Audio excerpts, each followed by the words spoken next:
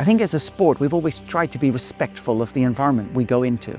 I think that's inherent in our sport of rally. We go to other people's places where they live, where they work. We drive on real roads. We don't drive in a stadium or in a racing circuit that's purpose-built. We have to work with the community for that. So you're always aware that you want to minimize your impact on people that live there. You want to restore if you've caused any damage. So that is part of our DNA in our sport.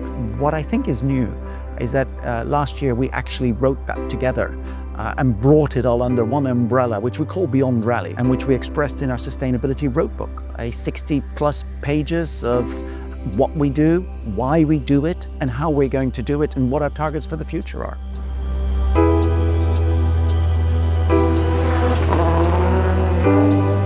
Beyond Rally is an umbrella that covers innovation, using the right type of technology, encompasses climate change protection or mitigation of the impact we have from emitting CO2 and other greenhouse gases. Part of that is making sure you use the right technology, and part is reducing your travel, your need to ship goods and equipment to other sides of the world. We look after biodiversity, and there is no better example than the Safari Rally we've recently visited to show how we interact with nature. And that's really important, to be protective of that.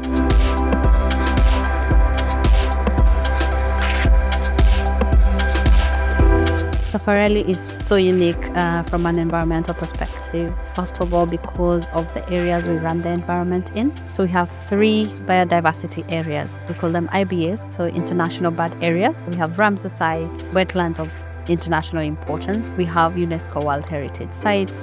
And we also have all of it except the Nairobi stage is held in wildlife conservancies. So therefore that makes it so unique, because you need to ensure that as the machines are going around and going through, we're protecting the animals, number 1. Number 2, for the World Heritage Sites, we ensure that we do not have any negative impact on that. So Elementaita is one of the stages. It is a World Heritage Site. Hell's Gate is one of the stages. It is an important bird area. The whole of Naivasha, where the event happens, is a wetland, so it's in the Ramsar sites, a lot of them.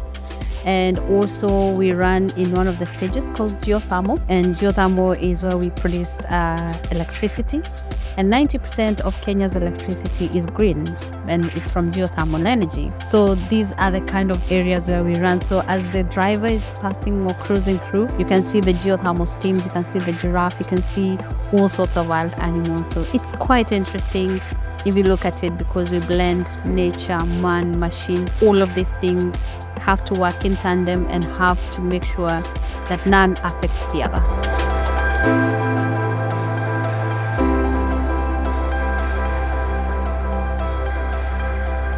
It might all sound really complex. There's fancy words and jargon and terminology, but it is actually quite simple, and it's got to live in your heart, and you've got to drive it forward from a belief. And I think that's a key value that we've carried with us in WRC for many years, and hopefully are able to explain it to people now. And hopefully people come on that epic adventure with us.